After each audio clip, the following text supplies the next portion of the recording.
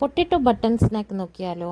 Potato ഒരു 3-4 എടുത്ത് കുക്കറിലിട്ട് പുഴുങ്ങാൻ വെക്കുന്നുണ്ട്. പുഴുങ്ങിയ പൊട്ടറ്റോ നല്ലപോലെ കൈയും കൊണ്ട് ഉടച്ച് അതിലേക്ക് മൈദയാണ് ചേർക്കുന്നത്. മൈദയിൽ കോൺഫ്ലവർ ചേർക്കാം, ഉപ്പൂടെ ചേർക്കണം.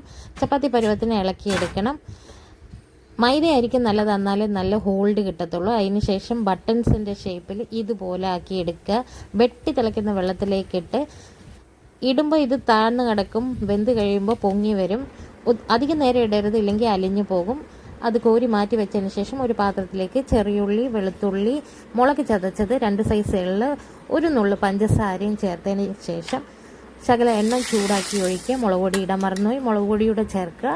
അതിനുശേഷം വെന്തിരിക്കുന്ന നമ്മുടെ പൊട്ടറ്റോ ബട്ടൺസ് അതിലേക്ക് ചേർത്ത് ഇളക്കി മല്ലിയില ഇട്ട് എടുത്തു കഴിഞ്ഞാൽ നല്ല ഒരു സ്നാക്ക് റെസിപ്പി റെഡി ആയിട്ടുണ്ട്. ഇതുപോലെ നിങ്ങൾ ട്രൈ ചെയ്ത് നോക്കുക. തീർച്ചയായിട്ടും എല്ലാവർക്കും ഇഷ്ടപ്പെട്ടാൽ ചാനൽ സബ്സ്ക്രൈബ് ചെയ്ത് സപ്പോർട്ട് ചെയ്യുക.